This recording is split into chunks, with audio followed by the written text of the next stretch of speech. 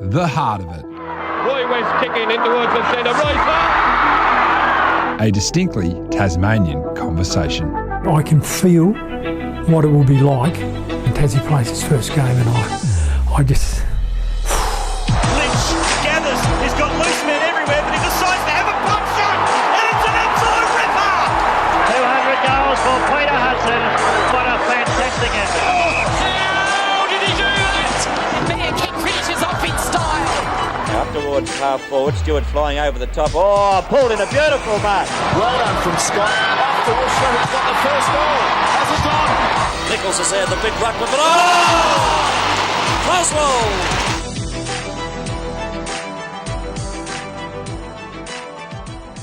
roll! Welcome to The Heart of It. I'm Alistair Nicholson. Today, the only Tasmanian to have won the Norm Smith medal as best on ground in an AFL-VFL grand final. Colin Robertson grew up on a potato and dairy farm in the small northwest town of Yolla. Football was a passion and offered some respite from the never-ending farm work that relied on all family members chipping in. From taking shots in the paddocks through posts made of tree limbs, Robertson progressed through the under-19s at Wynard and played in a premiership as a teenager.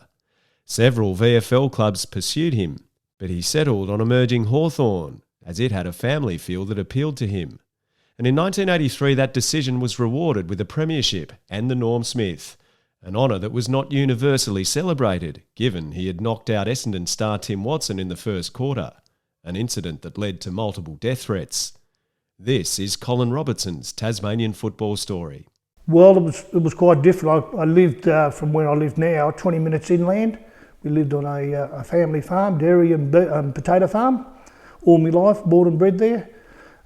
Came down to play football with Wynard in the under-17s back then, and then went through to obviously under-19s, and then not very long in the under-19s I was playing senior football. Wow, so how much work were you doing personally as a kid on the farm back in those days? We used to help milk the cows before we used to go to school, feed the cows and calves, and likewise when we come home of the night time.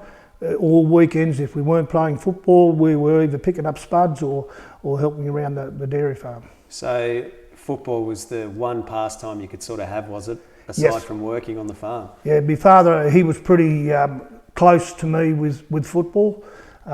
Wherever I was playing, he would take me, whether it was along the coast in primary football, and even through the Hobart way, he would travel, and Mum would stay home and milk the cows. He would take me everywhere. Wow, was he a footballer himself? Dad was played football out in the country with Yeoman, but was never a great footballer. Were you a football follower as a kid? Always. Who'd you follow? St Kilda. Yeah? Yeah, well, I've got two other brothers, and we were always used to wear the St Kilda jumpers. We used to play out in the paddock, and we used to mow a lawn or mow the grass for a pitch, and around the boundaries, and then we used to go to the bush and cut down some trees and put goalposts and point posts up and have our own match out in the ground. Right, awesome. That's great country boy stuff. Day in, day out we used to do that. Come home from school when they weren't milking the cows, we were up kicking the football. Yeah, what a great upbringing. Many other kids in the area used to come and have a kick too? Not so much on the farm, but obviously there's a lot of people like that in school footy. We were very strong at Yolla. In fact, I think we won the state final in the district schools by about 230, 240 points. We were that strong. I had blokes like Scratch and Eel, who played with Geelong. He went through school with me. He was 6 months older than me, Robert was. And then we had some great other players as well that never went on to further, to increase their football, but come down here and played with Wynard as well, and some of them moved throughout the state. Yeah, so this is the Yolla school you went to? Yep, Yolla school, yes. Yeah, that's a tiny farming community, and you won the state final. Yes, in the district schools, not the high schools, but in the district schools. What is it about country boys, do you reckon, in that era, from that era, that made them so good at footy? Well, I suppose all we had was either football or cricket back in those days in school footy. We never had mini league. We started playing in the primary school at Yolla, and that was only every Friday. every Friday, but at every lunchtime or morning breaks, we were all out on the ground kicking the ball in marking contests, the whole lot, yes.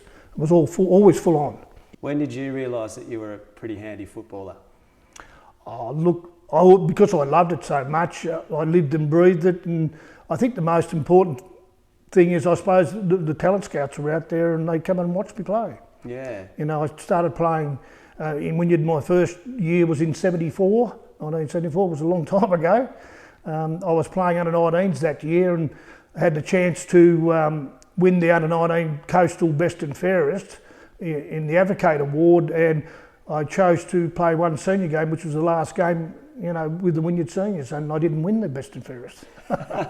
But I was happy playing seniors. Yeah, yes. Absolutely. Yeah. So you win a premiership then in your second season. Second season. Yeah, although you'd only played one game previously. Yes, that's correct. What do you remember about 75 and the premiership run?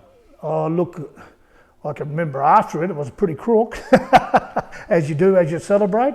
There were some great players back in those days that were playing, like the Caden Edwards. He represented Tasmania. I think he was our captain.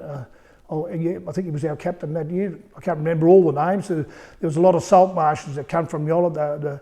There was Michael Saltmarsh and Mervyn Saltmarsh that were playing in the seniors as well. There was another Lester Robertson who was on a wing, and I was on the other wing. And there was some great players back in that day that we played good football. Yeah. So 1979, you played another premiership at Wynard. Yes. And then the scouts have seen enough. They want a piece of you. They wanted me. We played in a combined union side against the NTFA in Launceston, and I think there was about 6 scouts waiting outside for me to change to come and see me, which was nice. Essendon invited. I think it was Essendon. No, Richmond invited me up and put me up for the night with my girlfriend Karen then at the time. Wife. Yeah, now wife. Essendon tried to sign me up there and then as well. I ended up going over and visiting Geelong and Essendon over there. Not so much Richmond there I didn't like, so yeah.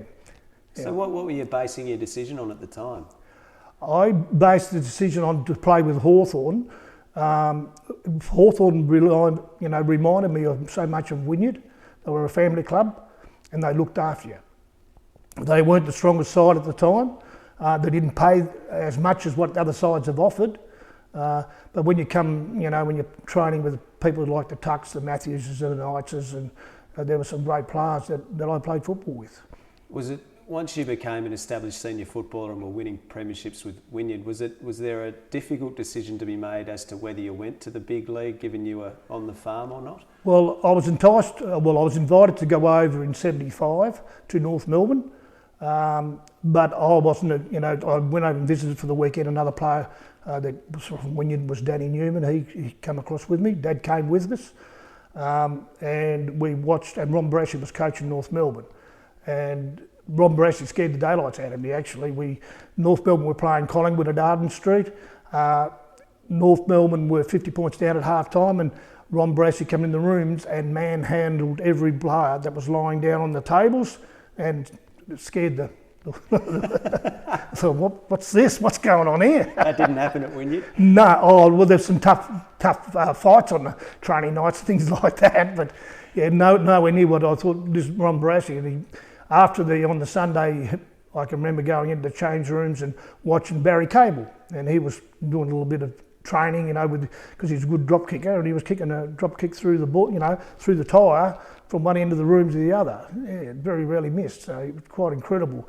But then Brashy came, and the Danny Newman, he was about 6'2", and I was only a Collingwood 6-footer, so he showed no interest in me whatsoever because of the height factor. Wow. Yeah. Hadn't seen you run, hadn't seen you pace. No, that's exactly right. Yeah. Where did those attributes come from, do you think? Well, I suppose up on the farm. Well, I loved running. I was always reasonably good. I was always champion at my age bracket in sprints and cross country at school, in high jump, you name it. Yeah, 100 metres, 400s. Yeah, I was pretty lucky in that respect. I could run. Yeah. And I enjoyed running. I enjoyed training. In fact, I enjoyed training more than I did playing. because you was touching the ball when you were training more. I just loved touching the football, kicking the ball. And you go to Hawthorn initially under David Parkin. What do you remember of David Parkin? Well, David Parkin, he used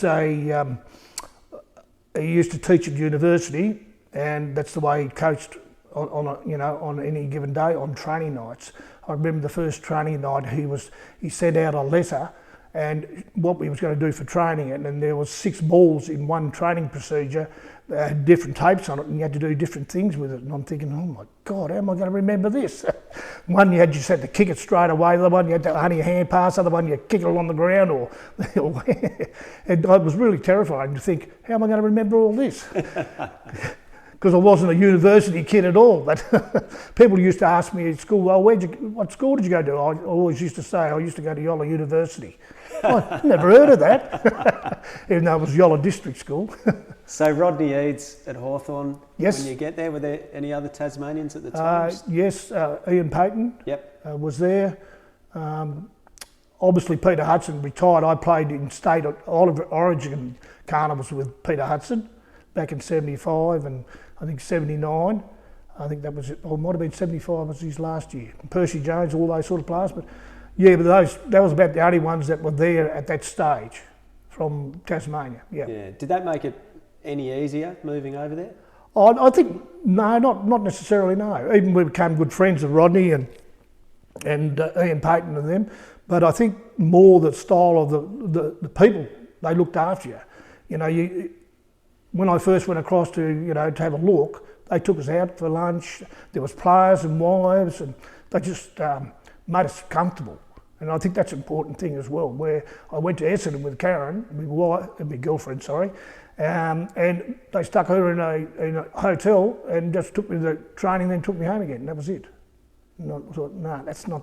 You felt like Hawthorn was really investing in you as a person. Exactly right. Yes. Yeah. Played some great footy there. Must have some fond memories. Do any stick out? Oh, obviously, when the first game when David Parkin was coaching, we were playing against Collingwood. I started on the bench, sat on the bench for 3 quarters, come on the ground, and Collingwood were coming home on us. And my first mark was a goal. Played on a wing, saved a goal. I think I had 6 or 8 possessions, a couple of goals. And I got a letter that week with Parkin saying thank you for winning the game, help winning the game. Wow. He's big on his letters. He was very big on his letters. Yeah. Obviously 83 grand final is a real standout. Not only is it a huge win for Hawthorn, 83 points over Essendon, but you win the Norm Smith medal as well. How cherished a moment was that? Look, it's one of those times. At the time, it just didn't sink in because I think the most important thing for all of us was winning the grand final, and that came after, and that didn't sink in for days later. Winning a Norm Smith, and and the people keep coming to you. It was great, yeah. And I get a bit teary-eyed, but my parents were there, and I've got to say, my father was unbelievable because he watched every home game in Melbourne.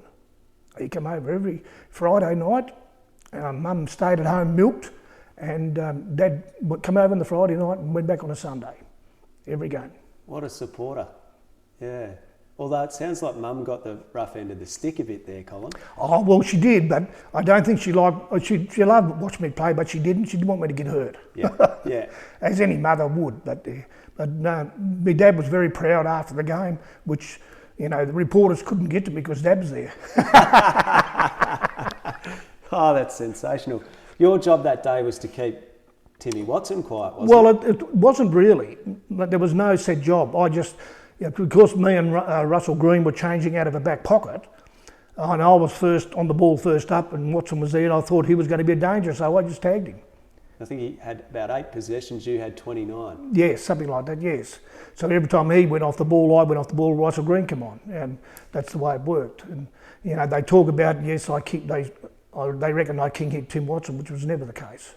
I think the saddest part about it, I got death threats over that from Essendon supporters, which was very disappointing. It's the old cliche, you get hit and you hit back. And that's exactly what it was. It was no king hit. It was a straight-on little punch to the jaw. I can't help it. He's got a glass jaw, but but I got death threats over that, and even people, even today, not death threats, but come up and say to me, "Oh, yeah, king hit Tim Watson." I said, "Yeah, well, no, he hit me first, and I hit him back." Winning a Norm Smith medal in that team as well, it must feel extra special because that was an extraordinarily good. Oh, look, we had some unbelievable. Well, as you know, when you talk about the Knightses, the Matthewses, the Eads, the Domenico, where he came off the bench, the Chris Muse. It is phenomenal the people that were there. And any player could have won it on the ground. John Kennedy, he always has a crack at me. He reckons he deserved it better than me. He jokingly says that, but I didn't vote. But we both looked alike, because every time he got the ball, he got booed because they thought it was me. And every time, because he had a moustache like me, and he had a similar haircut as me, but he was a bit taller than me. Yeah. Yeah, so he got a lot of boos that day. You played only a couple more seasons, didn't you, after that? Played end of '86. I retired. It was just one of those things. I couldn't run flat out anymore. My hamstrings were playing up with me. So it was. I played in 83 grand final, 84, losing one. I got dropped for 85. I got dropped for 86 grand finals. Yeah. Played in a reserves premiership. Played in the 85 reserve premiership, yes. And there was probably 10 or a dozen senior players that were dropped for that game. There was blokes like Rodney Eade, there was, I think, Kenny Judge, there was Peter Knights. I think Peter Knights played, I think. Yeah, I'll have to look back on the records. There was a lot of senior players were dropped that day, and we had a good win. And we sat back and enjoyed ourselves while the seniors got absolutely touched up. What was Alan Jeans like as a coach? Oh, look, Alan, he was a great coach. He really was. He's a sergeant of police. It's the easiest way to describe him. He sets down the rules early in the year, how he wants us to play. A lot of the time you go out and he puts you in a position where I was mainly as a tagger most of the time when I was there. And he just left that to me to tag, and that's the way it was. If I was in a set position or other players in set positions, he set it up, you go for it. You know how the style I want to play, and that's what we did. Yeah. He came along, he said along the lines, as he used to say, I didn't invent the running game, it just happened. It's just the way Alan Jeans was. He's a very tough man, straight-laced. He's a bit like John Kennedy Senior, which I didn't have much to do with. He was on the chairman of selectors and when I was there. But everybody thought he was God as well too. So, yeah. Pretty special club you were involved in, wasn't it, at that time? Unbelievable. Really was, before I retired, Johnny Platten came over, Dunstall was there, obviously Brereton was playing as well. Look, it was just incredible. The Gary Ayerses, the David O'Halloran, who's passed away now, and Kenny Judge, who's passed away as well, which is a sad thing, but they're all phenomenal footballers, every one of them. Yeah. And Chris Langford, and you just keep going through them. Peter Swab, the amount of people that's coached the Gary Buccaneers, where do you stop? So when it finishes at Hawthorn for you, you come back to the Northwest Coast, and yes. Bernie's going into the statewide league, and well, it was a bit of a tussle whether I was going to go to Burnie or come back to my hometown Wynard, which is only 100 metres up the road here. I went and saw Wynard, and they tried to coach me into, taking on the role as a coach, and I felt that I was a little bit better than what it should, to play in this league just yet, drop down to another league, and I felt the statewide league at the time was a good choice to go into. And it was hard to start up. The Burnie Hawks, it was called back then. They had the same as the Hawthorn song, same as the Wynard song, same as Hawthorn. Where the three songs of the clubs that I played with, they all had Hawthorn song, which was quite unique. Yeah. Yeah, so I was assistant coach with Warren McCarthy, for 2 years, and then I coached for 1 year. And then after that, I retired from statewide league, and then Wynard talked me into coming back and playing with coaching Wynard, so from 91, 92. So, we ended up playing finals both years, the last 2 years, But I had a bad Achilles, and that that really played havoc on me. So, old injuries, when you have to play with injections, is not good. Yeah. What was the standard of the statewide league like early on? Oh, look, it was pretty fantastic because along the coast here, we had players from Smithton, obviously Burnie and Wynard and surrounding areas that were playing in their side. So that was very strong. It really was. And it took them a while for them to set up, how could I say, to be a running good sides. They had the abilities, but didn't have the flow-on play like the AFL or the VFL did at the time. But it didn't take long for them to get into gear. Yeah. And we had some good players that played there. Yeah. Who did you have who was an emerging player when you came back to Tassie who went on to play in the AFL? Well, it was interesting at Burnie, a young Brendan Gale. Yeah, I was going to ask you about that. He come to the club and he was tall and gangly and he looked frightened. I thought, this kid's not going to make it. I mean, then after a couple of years, went to Richmond and he filled out and just look at him, what he's done in his life. It's been incredible. Proved me wrong, well, which I was happy for, know. But I suppose, like anything, he'd grown with the club at Richmond where he was skinny and then he built himself up to be a great ruckman for the Richmond Football Club. Michael Roach tells a story that he came down to watch Burnie play and he'd been sent down specifically to take a look at Errol Bourne. Yes. But noticed this big gangly guy, Brendan Gale, and the rest is history. Okay, yeah. Well, I didn't know that, but yes. Did it feel satisfying to sort of come full circle back to the region where it all started for you in football and contribute again? Oh, look, it did. I think the most important thing that I wanted to do was put something back to the coastal football. My two boys, I coached them. I started up. In fact, when I first came back, I started up Auskick on the coast. It was mini league, but Auskick, it was a new concept by football, VFL, AFL, Football Tasmanian. So I started that up along the coast. So I went to all the schools, which I was paid for at the time by Football Tasmania. Then I ended up being president of the Wynard Mini League, and followed my boys through there, through to school football, through into under-19s, before I finished up as a person myself. I ended up being president of the club as well. So I was a representative in to the NWFL, which was as an executor on behalf of the Wynard Football Club, and I'd go to the meetings, then come back to the meetings at Wynard and fill them in what was going on and what they wanted me to say and what they were saying. So yeah, so I put a fair bit back in.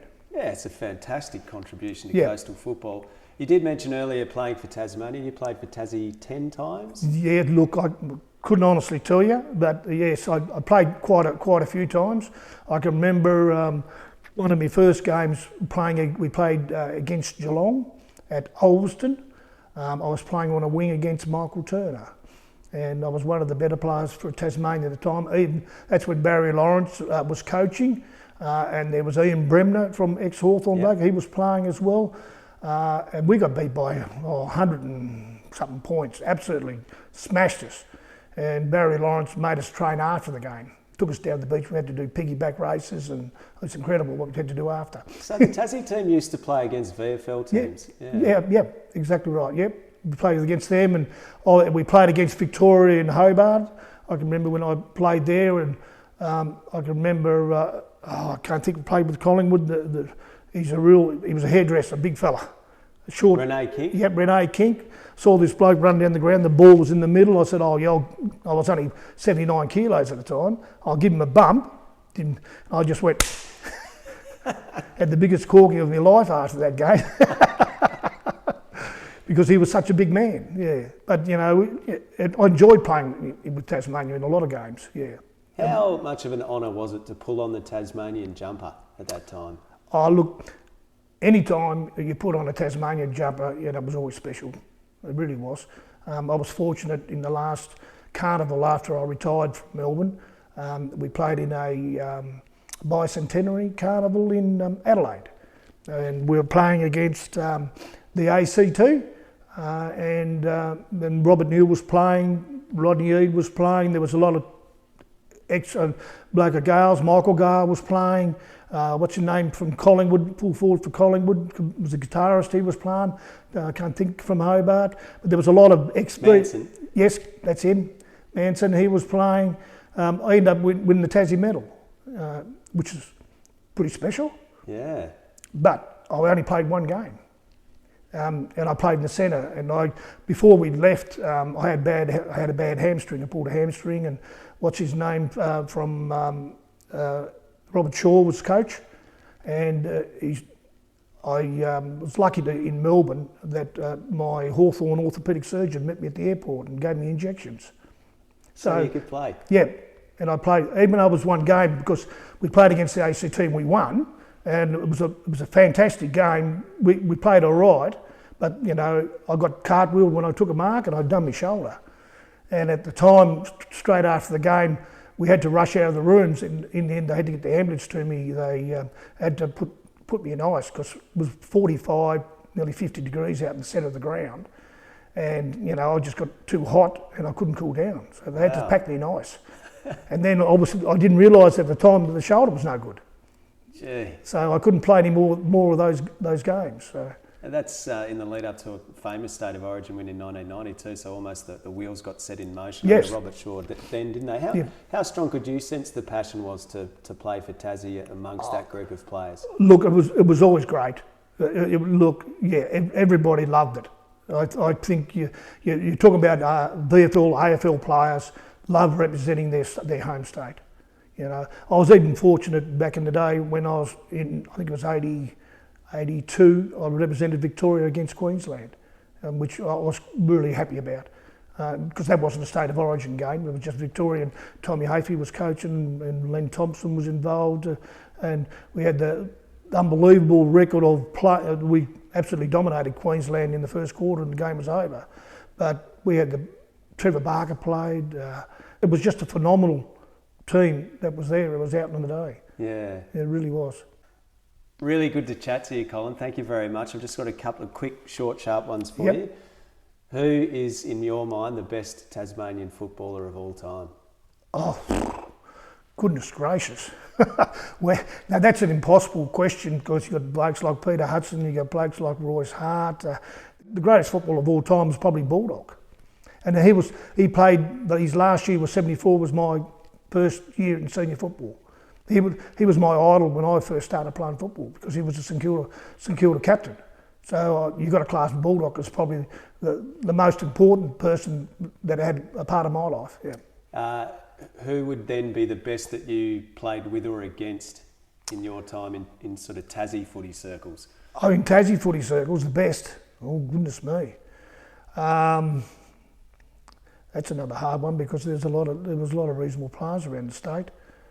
Back in the day, I was young, and I only thought of me playing well, not worried about who I was playing against.